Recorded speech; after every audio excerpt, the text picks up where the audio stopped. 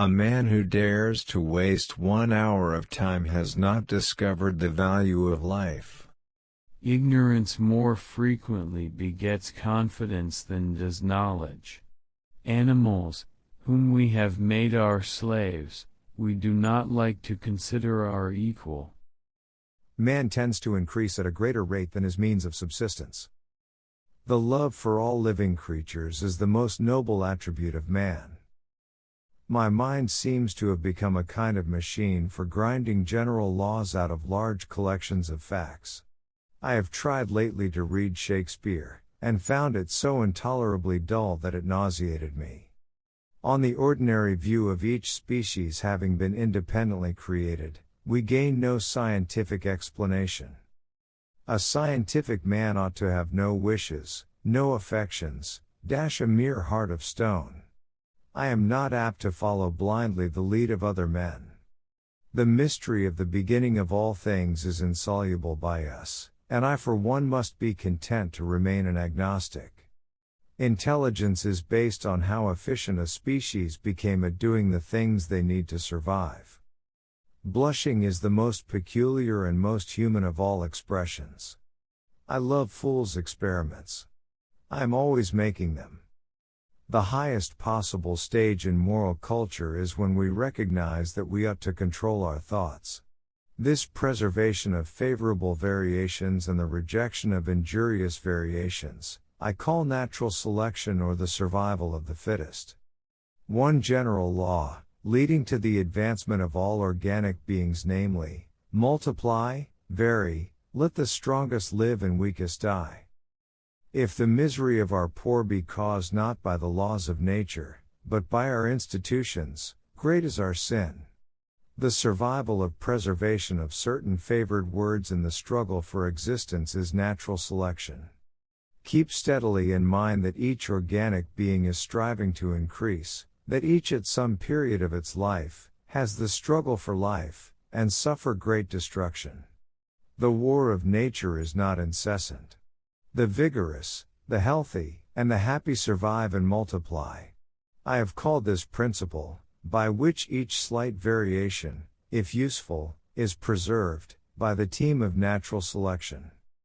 I cannot persuade myself that a beneficent and omnipotent God would have designedly created parasitic wasps with the express intention of their feeding within the living bodies of caterpillars.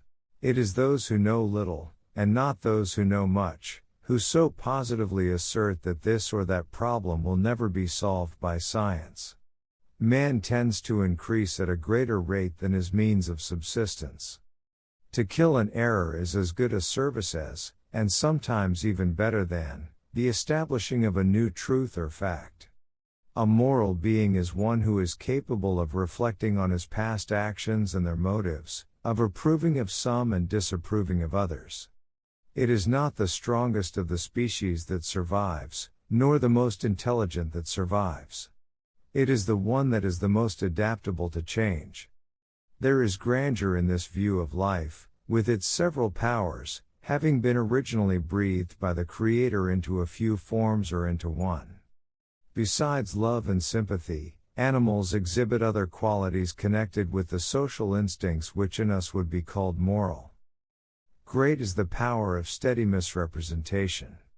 I see no good reasons why the views given in this volume should shock the religious views of anyone. Man selects only for his own good, nature only for that of the being which she tends. We stopped looking for monsters under our bed when we realized that they were inside us. What a book a devil's chaplain might write on the clumsy, wasteful, blundering, low, and horribly cruel work of nature. The mystery of the beginning of all things is insoluble by us, and I for one must be content to remain an agnostic. Man is descended from a hairy, tailed quadruped, probably arboreal in its habits. If the misery of the poor be caused not by the laws of nature, but by our institutions, great is our sin. I am turned into a sort of machine for observing facts and grinding out conclusions. We must, however, acknowledge, as it seems to me, that man with all his noble qualities, still bears in his bodily frame the indelible stamp of his lowly origin. False facts are highly injurious to the progress of science, for they often endure long, but false views, if supported by some evidence, do little harm, for everyone takes a salutary pleasure in proving their falseness. Which one do you like? Comment below.